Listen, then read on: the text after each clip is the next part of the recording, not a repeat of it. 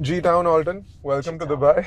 Welcome to Crypto Town. Thanks. I'll call you a fractional Habibi because you have an Emirates ID. You just told me you got a place, but you hardly spend time here. Yeah, fractional Habibi. That's a good title. Yeah.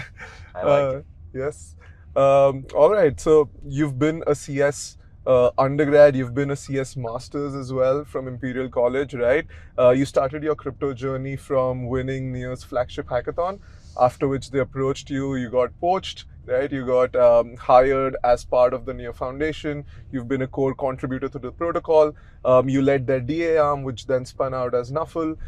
You've raised $13 million from Silicon Valley investors, as you like to call them, right? Led by Electric Capital, right? And now you're building the liquidity layer for XRP and other dinosaur assets, right? Before we get into all of this, who is Altan and what's your story? Yeah, I'm Altan. I grew up in Turkey. I was there up until I was 18. I grew up in this very small, not small actually, it's 5 million now, a town called Bursa. Didn't know English when I was growing up, so I've learned English when I was 14. Then ended up going to the US. So I did my, as you said, did an undergrad degree in computer science and math. I was really into simulation back then. So virtual reality was my passion. I built on this thing called Oculus Rift. People actually came to my room to play Oculus, and one of the hustles I did was kind of charge like $5 to $10 to play, and then you give them like a free beer with it, and people liked it. So that's how I started. Loved programming always, and then ended up finding myself in a master's in computer science. I worked on robotics, and again, but even though it's real world stuff, I found myself working with simulation. Like I was training robots in simulation and applying them to the real world to a robot and how that would work. And that simulation passion pulled me into crypto because crypto also has money, right? Which is the simulation side and money. And that was like very, very interesting for me. I started with Ethereum, started deploying some smart contracts, and that's how I got into NIR because I genuinely thought in 2022 Rust is a better programming language for building smart contracts. Got into NIR, worked there, and really got this.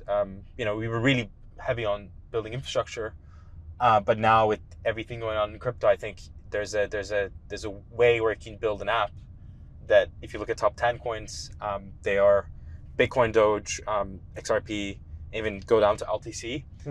They have very high market caps, but they're not very utilized, right? So Bitcoin just started that era, and then now I think this is going to XRP and a bunch of other tokens that people just hold them; they don't earn anything. And people started almost try to do this in 2021, 2022 with Celsius and BlockFi, but the problem of those apps was that Celsius took your money and then they lended off chain. And what we want to do at more markets is to change that and say, hey, if there's actually a venue for me to create on-chain markets, let's do that. And if there's an off-chain market, I'll try to, let's say a basis trade.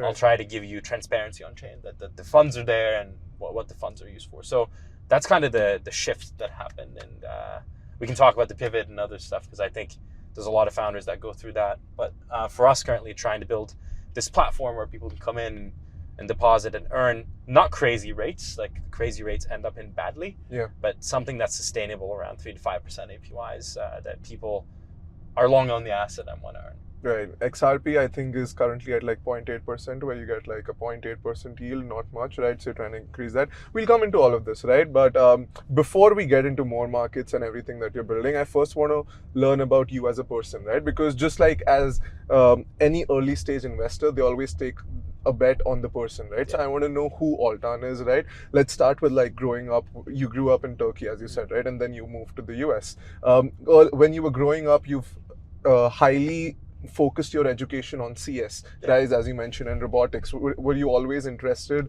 in becoming a tech person, but now you're a business founder, right? Like, so tell me about that journey. Yeah, my brother forced me to, I was 14, 15. I didn't know anything about, programming. My brother was a trader in Wall Street, and he came to me and was sending me A to Z articles and just said, hey, read these things and learn about this thing. So that's where the passion for machine learning came.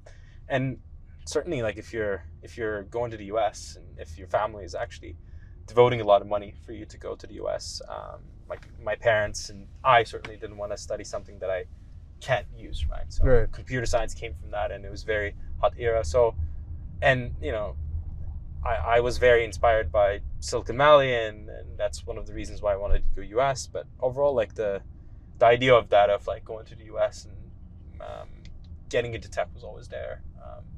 So your brother is working in Wall Street and you're in crypto. How does that work out now? Yeah, my brother's a trader. Yeah. He's a very good trader. But he trades like he's more like he's a fundamental trader on commodities, Mm-hmm. and he now uses actually computer science and data, and in his business actually understanding the fundamentals is very important. It's not like crypto where you can actually you can actually trade fundamentals. Right. It's actually going pretty well. He's 14 years older than me, so it's always been like a second father that pushes the foot form. Sweet. And how did you find crypto? When was the first time you came across crypto? It was 2017, Mm-hmm. when I think ICOs were before ICOs, I think. But ICOs were 16. Yeah, 16, 17. So it became very hot. I was in actually South Africa working for a VR company, Mm-hmm. and while I was there was also a lot of focus on like Africa getting access to cryptocurrencies. So that's when I started and bought my first Bitcoin and ETH. But I was a student; I didn't have any money, so I ended up selling them because just to pay all this stuff. But really, it happened I was at Antler in 2021, and the Web3 sort of the narrative came in, and I was like, I really want to look into this. For me, it didn't start as like investing, more like there's this good technology that you can build smart contracts on. There's this new language called Solidity. You should learn it.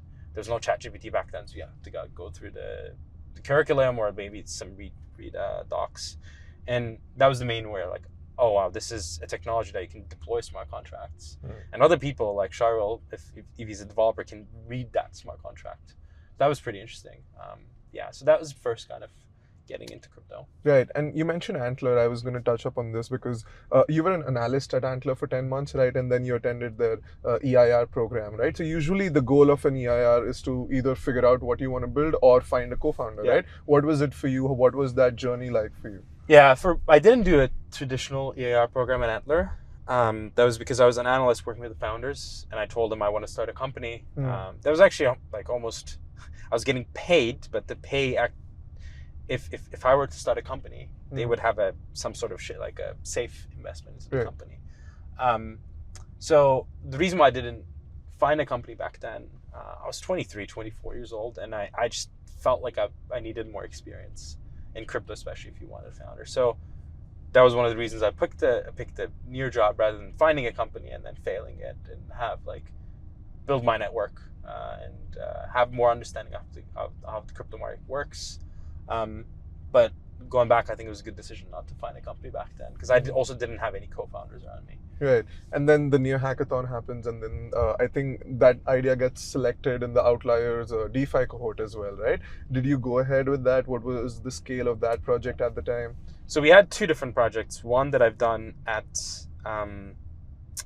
ETH Warsaw. So that got actually poached by Outlier Ventures. So the guys that were there, they started a company, and I think it's failed now. But I didn't have any shares and stuff. That was pretty much a passion project. The next one, I did something around DAOs in 2022. I implemented some of I think it was one of the Paradigms blog posts on Near and Rust, and that got picked. But then really how I got into Near was there's Kroneer Harshit who approached me, and he's a very well-known hustler in the Near Foundation, and he was like, oh look, you're technical, but also you can present, so we need somebody like that in Near Foundation. So that's how I got poached and joined Near. How was your experience? How was your Near journey like, right? And dive into some details, right, from a lens of someone who's worked very closely with the foundation but has now stepped out. And how has that experience been helpful for you in judging what should you do for more, or what you've done at Nuffle as well, right? Because you've seen the pre-TG, the post-TG journey of a huge protocol, right? Now you know what works, what doesn't work. How do you apply it in your own founder journey? That's a good question. So for Near Foundation, I really loved it. One of the benefits of me working at Near that maybe other founders didn't have is I had access to, like, I've got access to Ilya, and Ilya is a lot of people that is like, he's very smart and he has a lot of different ideas, and he's almost too smart to, for crypto. And I really love that. So that was one of the things I've gained. And just seeing, like, working at a foundation, for me, the benefit was, like, look, I've interacted with investors, I've interacted with community, I've interacted with foundations, totally different. There's a labs entity that does all the technical stuff. So I think it's a great way to start a founder journey, because you not only have to understand what tech does, but also have to sort of, like, be an advocate for the protocol, and how to be an advocate for the protocol. And that's kind of the first thing that a founder does, founder doesn't do much, right? Like, founders just basically job is to, present the company and basically gets opportunities and lead it to the right people in the team to execute. So for that reason, I think Near Foundation was a great start. And, like, Near has also had what I'm most proud of is a lot of good tech. So, like, if you can, for me, my personal goal has been, okay, now there's this amazing tech, how do you kind of use it to gain adoption of this protocol and get more users, in a sense. Got it. And again, coming back to my original question, right? If you were to point out 3 things that worked for Near and that didn't work for Near, that you now have imbibed in more markets, or you want to learn from that experience, right? What would those 3 things be? 3 things worked at Near. That didn't work. Let me think. Yeah. Because we can cut it, right? Yeah. There's a lot of things that didn't work, but you can start with that. Yeah. One of the maybe things I've learned at Near was that as an engineer, I always thought, great tech can win, and I really credit what Near team and Ilya did early on for the sharded blockchain. I think it's one of the best blockchains out there. But also, you also have to pay attention to distribution and who are your users, who are going to use this. So that's something that, like, I think Near could have done better, but, like, something I've learned that you should pay attention to as an engineer, that tech is not the only thing. And that really shapes how we think in more markets too. That's one. Things worked. I think that's pretty much I have from that experience that I can pull.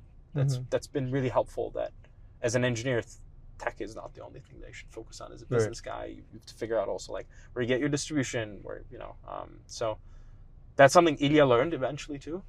But he also says he's learned in the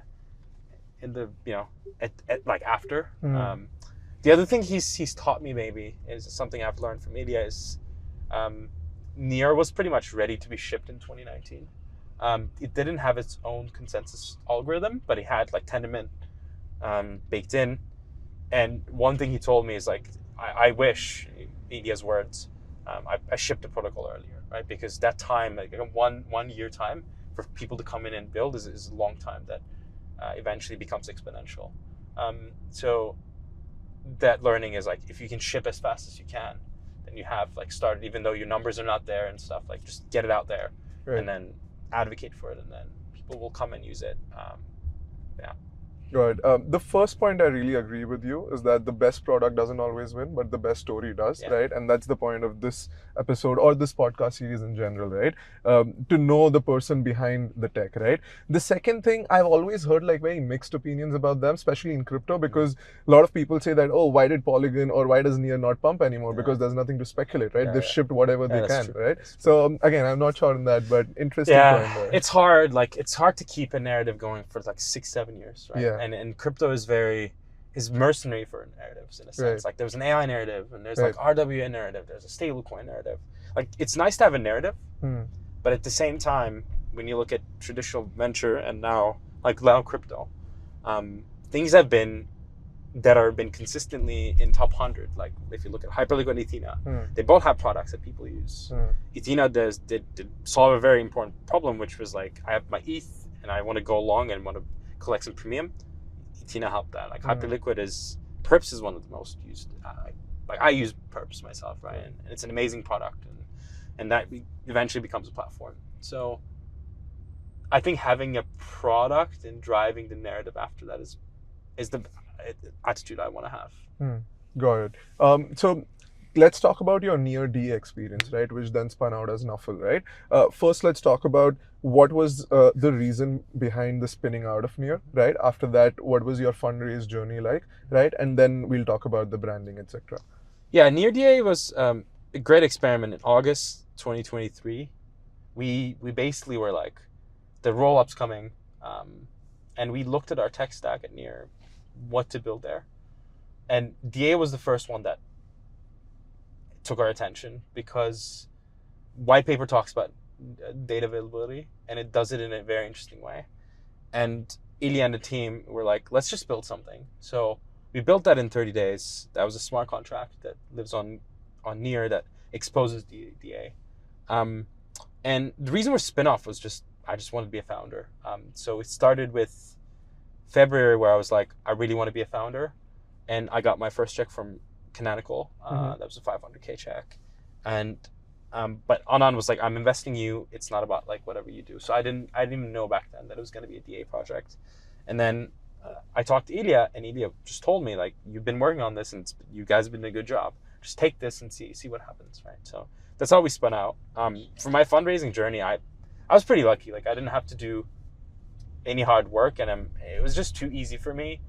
And that's always gives people an illusion of like how easy it was. So I don't want to like, I don't want to put myself in the same class because it's kind of, I was already working at near. People knew that we were working on DA, and people were excited about what we're doing. So when we said spin-off, everybody wanted to invest. So for that reason, not every founder will have the same experience as I do. I was very lucky in a sense, right? Like it was a good time, right time, right product, because there was Celestia at the time was pretty hot.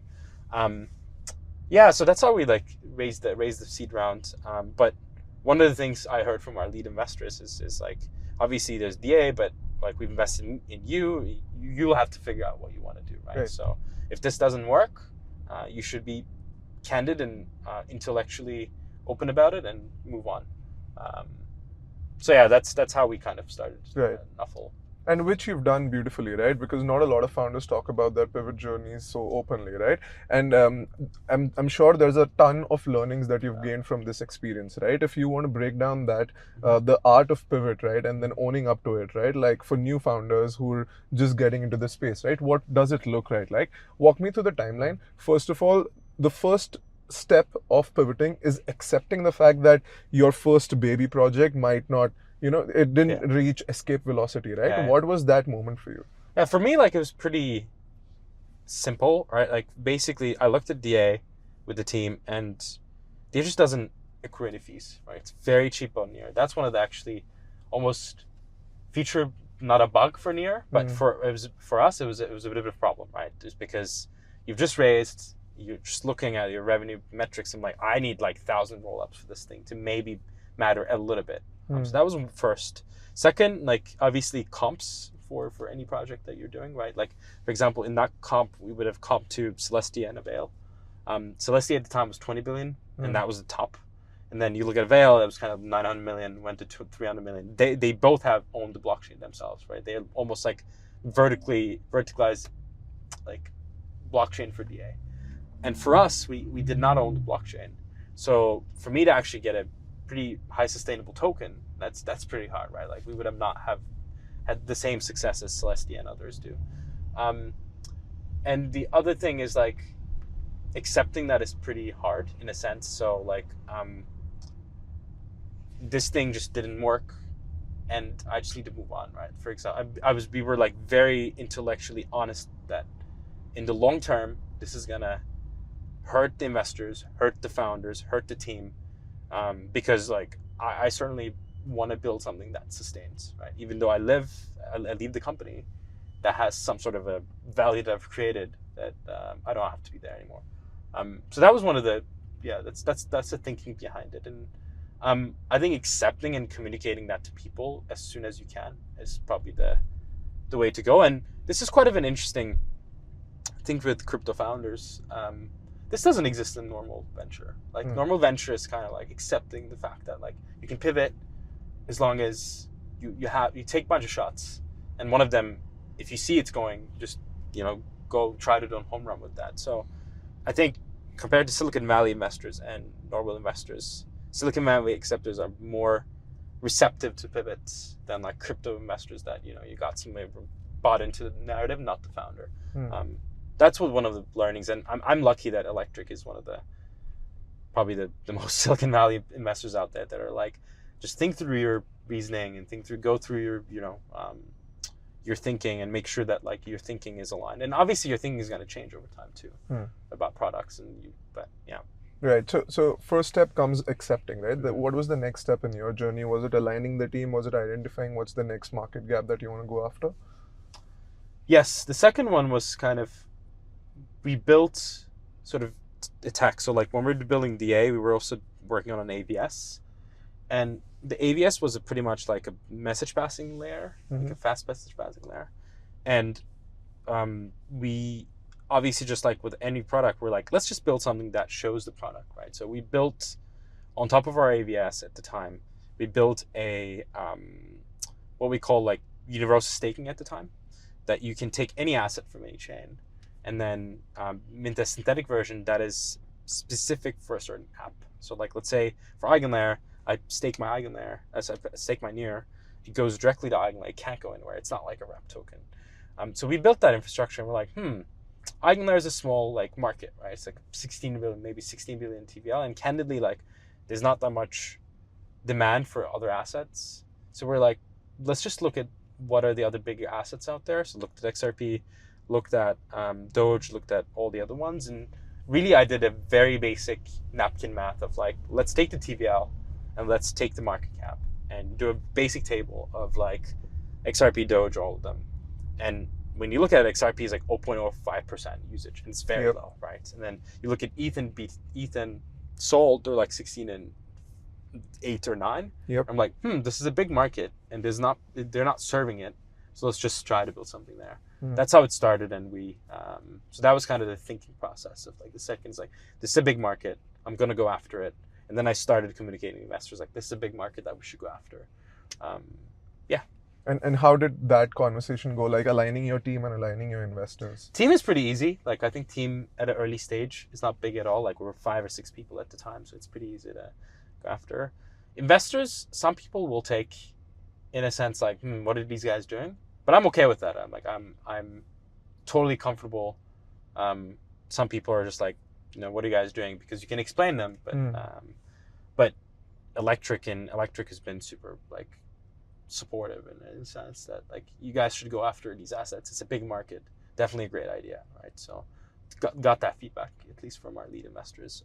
That was satisfactory for us. Got it. I love the fact that you keep mentioning Electric again and again, because we've done so many founders now, right? And one thing I always ask them, that what are a few things that your cap table actually helps you with other than just the money, right? And very clearly, I think you've gotten a lot of support in terms of like building your thesis and shipping the product from them. Yeah. No, it's been great. Avichal and Curtis have been super helpful. And I think they're one of the out there investors that will actually like roll up their sleeves and get into the weeds, right? There isn't that many people that do that. Sweet. One sec.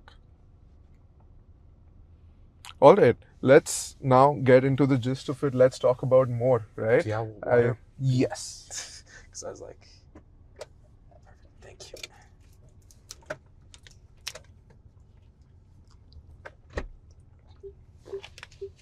Perfect. You want to go? Asking on it. Yeah, awesome. Let's get into the gist of it. Let's talk about more. I believe you have a very exciting announcement for everyone, right? What is it? What's going live today? Why should people care? Yeah, so let me go back to, we identified the market. And, yes, the DeFi utilization rate that you talk about, right? Like BTC at 0.93, XRP at like 0.8, right? All right, you explained us the napkin math behind it. Continue from there. Yeah, so for you to pretty much take these assets, the traditional way to do this is like bridging, right? So you go to BTC, you take your BTC, and you bring the Ethereum, and then you decide as somebody like Charvel, like I'm going to deploy it here and I'm going to earn. Right? So that experience is very bad, right? You have to juggle 3-4 different front ends. You have to also, like as Charvel, really need to understand DeFi to be able to make money on your BTC. For us, what we've realized is a lot of these holders, like BTC, XRP, and Doge holders, they don't really understand how DeFi works. Right? So they're rather just like in a financial sense, like a broker or like anybody that you go and be like, take this asset and generate yield for me. What we do is we do that for the broader retail market, right? And Celsius and BlockFi tried this in 2021, 2022, but they were very opaque about how they generate yields. So the idea of more markets is to be this liquidity layer, liquidity marketplace where people can come in, deploy just one click, very easy on the app, and you can try it today if you want. Go to more markets XYZ. You can deposit your XRP, and then basically that's it. You don't have to do anything else, like an exchange experience. But on the back end, what we do is we basically still self-custodial. You give us rights to basically mint another token that's, let's say, more XRP. That goes to, I'm giving another name just for blockchain, Polygon, generates yield on that. Like just like we are the curator, so we're curating the vault, like in a more of a sense, and then we're earning yield on it and returning back to you on the XRP ledger. So as a user, like you don't have to do anything, but for the benefit, we're giving yield to tokens that don't have native yield, and that's like a very large portion of crypto top 10 market cap. Right. And there's a saying, right? Like if you don't find a way to make money work for you when you're sleeping, you're going to work until you die, right? And that's exactly the gist of more markets, right? Putting it in like really simple terms, right? You take XRP, you deposit it in more markets vault, and you earn more XRP, right? End of the day, it's a yield earning product, right? Let's talk about the tech stack here and the architecture for a second, right? I think you've incorporated near chain signatures here, right? And when I'm depositing my tokens into the vault, right, you're minting another token representation, right, which is a non-custodial asset, right? Which basically means no one else is controlling that asset, right? It sits in a vault or a smart contract, right? It doesn't sit with you as a team, right? There is no asset manager behind it, right? How is it happening without leaving that particular bridge, right? Without leaving that particular network, because you mentioned that it's not bridging, it's not going anywhere else, right? Explain that to us. Yeah, so there's two ways to kind of earn on XRP, let's say. So one could be that your XRP, you deposit XRP, so you have your own wallet that goes to a MPC account that's held by near chain signatures. So currently, near chain signatures is around like 10 nodes. It's going to 30 nodes. So, can you explain MPC? I know it's slightly complicated, but just break it down. In a simpler terms, 10 parties come in and they sign that this is like we're holding this asset.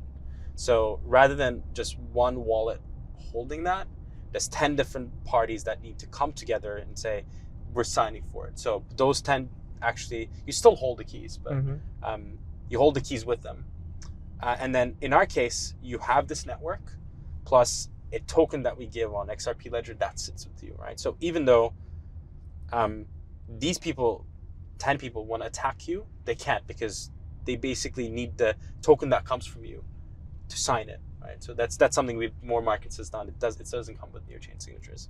But essentially it's a decentralized way to hold custody, right? Like Fireblocks use it, bunch of like custody solutions use it, like institutions use it. So we open that up to retail. So that's one.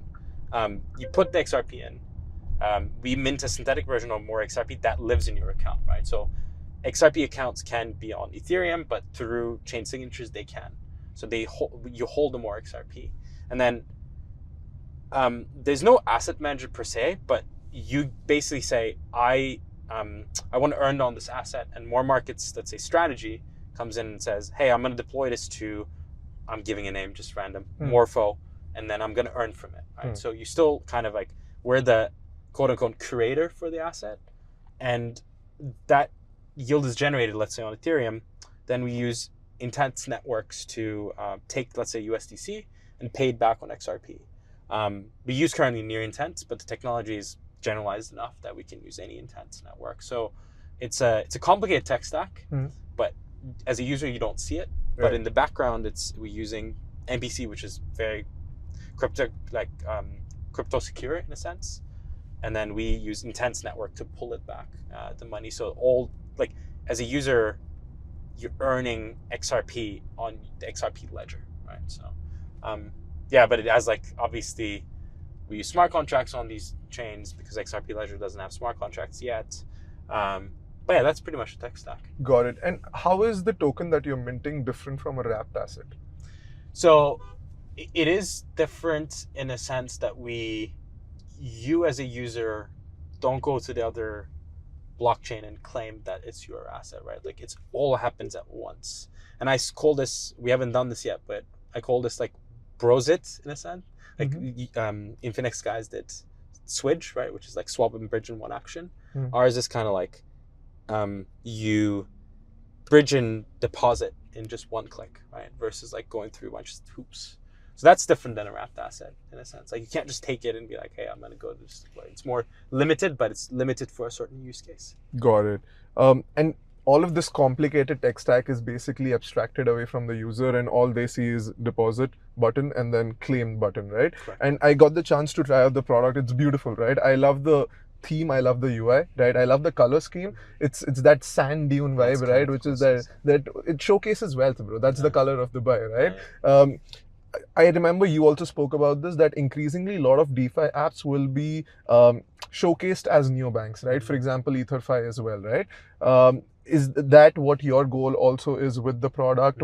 Because again, as you mentioned, your broader target audience is not the crypto degen Twitter, right? It's retail audience, right? So what is the design thinking behind this? Yeah, so the design thinking is giving access, these DeFi opportunities to people that don't have access, right? Obviously, there will be people in DeFi that, let's say, might do stablecoin deposits and say, like, I want more markets to find the best yield for me for this asset. That's fine. Like, there's a lot of products like that. But really, what we want to come at is like, you know, you're sitting at exchange is giving you 0.81%, and they don't give you any DeFi yield for these assets. Like, they're just giving it, probably they don't tell you where the yield comes from. You just give it to them and it just happens. For us, it's kind of take it one step further, where in an exchange, it's custody. In us, you have self-custody, right? Even though you come with it, you know, you've seen in Gmail, X, whatever, you can create any account. And then the second step of this is like, I want you to know where the yield comes from. I don't want to, and you're very aware of it, so that when you take it, sort of deposit, like you know what risks you're taking, right? So that's one of the design principles with us, is like self-custody, transparency, all these that exchanges don't have. So in a sense, like we're trying to be this earning platform, like almost like a savings technology for your crypto.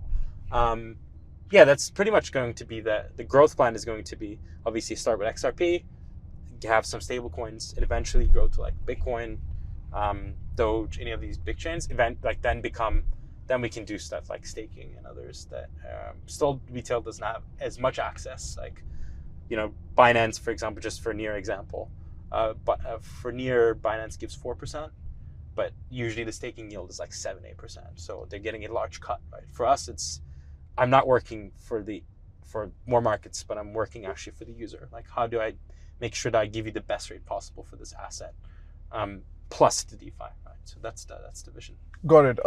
There are two things in the particular sentence that you said I want to dive into. First, let's talk about yield, right? What are some of these strategies that you're using to provide like a 3 to 5% of yield on XRP, right? Because earlier, as we mentioned, ETH has always been up to 3 to 4%. Sol has even seen like up to 8%, right? But XRP has never seen this much. What is it that you guys are doing differently here? So those ETH and Sol, they have staking rewards, right? So basically, you put your asset, and then you secure the network and you get paid by it. So for us, XRP does not have native yield. So the way to generate yield is two ways. One, it's basis trading. So you can give us the XRP. By that, you're long on XRP. And then we basically go to perp dexes and short XRP. So you have basically like delta neutral yield that comes from like that. What Athena did. As what Athena does, yeah. And the other way to do it, which is very specific to XRP, it might not apply to BTC, and others maybe can. You put XRP, we mint more XRP, we borrow we basically borrow RLUSD, which is Ripple stablecoin, against XRP at a 50% LTV. So that means if I put 10 XRP, I can now have access to 5% of yield. And then RLUSD is a stablecoin, right? And dollars is pretty much became like stablecoins are growing. So I can use that to generate yield on any, I can swap it to USDC. I can provide RLUSD to Aave, earn 8-9%.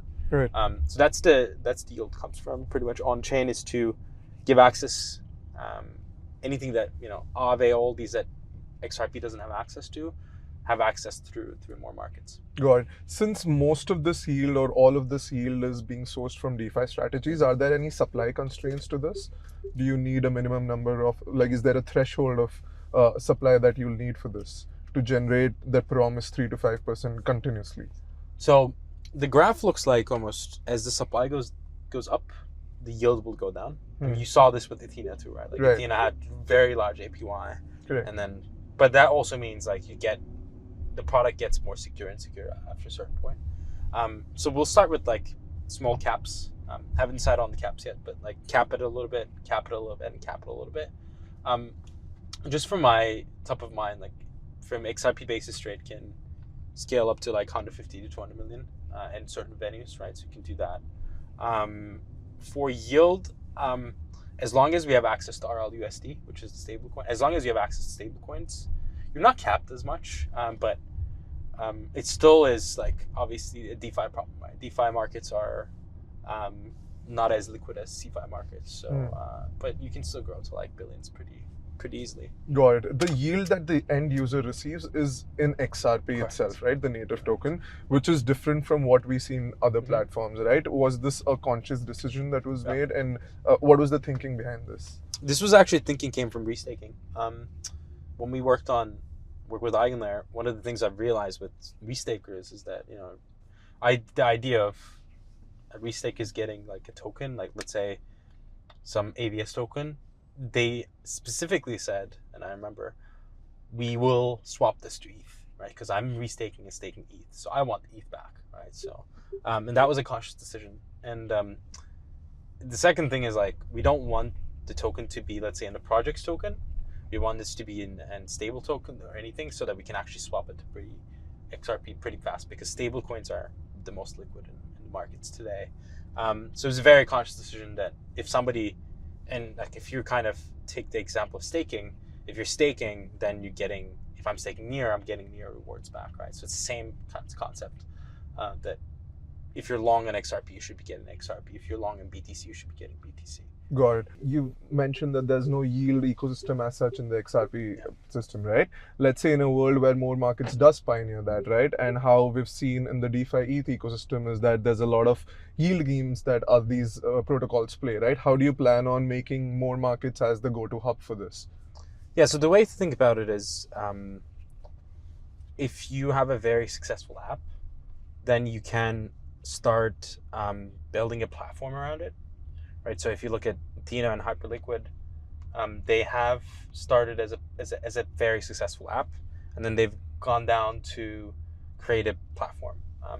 So I think the More Markets vision is to, just like an exchange, is to be this decentralized, almost earning platform, where you obviously start with XRP, but then you can build primitives around what can you do with BTC, Doge, and others in its own platform, right? So that eventually, if Sharva wants to build something on these primitives, they can come in and build, let's say, something around XRP liquidity that we built, right? So that's the longer term vision, but I think it's important to recognize that to do that, you need to be very successful in the short term, right? You need to earn the right to be able to do that. So for that reason, like the platform, it will take some time to get the app, get the users in. But eventually, if you have like XRP holders, BTC holders in this platform, then you can build products around it and become a platform itself. So we're not like playing this. ETH is very mercenary. So if you go to ETH worlds, and there's LPs that come in, and they there's deals that people do like 6-month lockups, 12-month lockups, whatever. XRP in BTC is evolved to be that way. XRP is not that way, right? Like XRP Army is very passionate about the asset, and if you can provide liquidity or provide any benefit to them while they hold XRP, you're earning almost a cult around you to be able to do that. So that's the goal. Like, it will take time Right. to build that, but that's the main vision, is that the more stuff you can, like an exchange, benefit the users, I think you have a very successful business and very successful protocol at the same time. Right. You've done a good job at attracting the first few sort of users already, right? Like when your waitlist process was on, you attracted like 30,000 XRP holders already, right? As someone who's not really part of the XRP cult or the army, right, and people who've been observing them from outside, can you XRP pill me, right? Or how has your experience been so far from being an ETH or near guy who's now like put his hands into the ecosystem? One of the things Ripple Labs have done that is underappreciated probably in ETH community is to tell people simply what XRP is for. And XRP is for banks and institutions. And they're creating this like products around XRP and RLUSD to be the next version of banking and financial markets. That's something that ETH has missed, is that ETH talks to people like me who are very almost like quote unquote right curve, but wasn't able to talk to the, pretty much anybody that is working for their money, and they want to, they want something. If they buy ETH, they want something out of it, right? They want to just be part of a movement. And XRP has done that really well. I think Ripple Labs has done a phenomenal job sort of making people understand what XRP is for. And that's something I've learned that is very unique to the XRP army, is to understand that this is the next financial evolution, and really learn how Ripple businesses come together to build that. So that was very different. It doesn't exist anywhere in ETH and Solana. Right. And how was your experience attending the conference you were just talking about earlier? Just people are very passionate. They love it. They love XRP. They're very excited about Brad is the CEO, vision. They also built like a community around them. They're very unified compared to ETH community. Because they've gone through a lot. Like Ripple was sued by SEC in 2020. Right. Just got that was removed almost 2 months ago, and that 5 year of just struggle like made people stick together. And yeah, you don't have that many games that ETH and other people do, right? Like you don't have scandals every week like this project did this. So that made people to like unify more, and people come in and just talk about XRP. Like that's their whole passion. Right. And it's amazing to see versus, ETH community is very not unified, right? There's a lot of camps around ETH. That was quite interesting to see. And it's one of the things I think is like, it's easier to build a product around simpler use cases around XRP than ETH, because ETH you have to like always find something super niche. That was very interesting to see. Right. As you mentioned, right, like Ripple is known to be working with these different financial institutions, banks, etc., right? Are you looking at the TradFi division for more markets right now, whether it's for partnerships or for yield strategies? Is that an active effort? Yeah, just with this, so we obviously take XRP deposits, but we also have an almost what we call USD Plus product that, let's say you're on Ethereum, so if you're a DeFi, you can come in and put your RLUSD to a more markets vault, or you can come from the XRP ledger and then put your RLUSD. And what we do in the background, just RLUSD as a stable coin, it's not a yield bearing token. So you can actually earn yield through other venues, like basis trading is one. You can use RLUSD in markets like Aave. And that's the other way to think about it. That's like the DeFi / institutional if people want to get involved in stablecoins. The other thing we're kind of experimenting with right now is there's a bunch of asset managers that hold XRP, but they want different setups, right? They don't want to take smart contract risk. They don't want to they don't want to be actively involved in DeFi. So we've started looking into like, how do we, let's say Charvel's account, which is an asset manager account, holds XRP.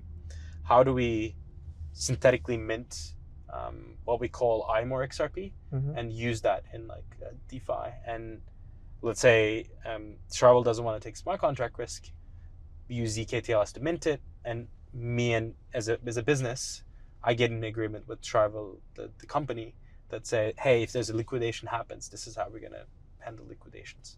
So it's a bit of a different flow for institutions, and eventually, like my vision is to create not only a retail earning platform, but also like a separate institution window that you can take stable coins, you can take anything else, but that's down the again, you have to earn the right to do so.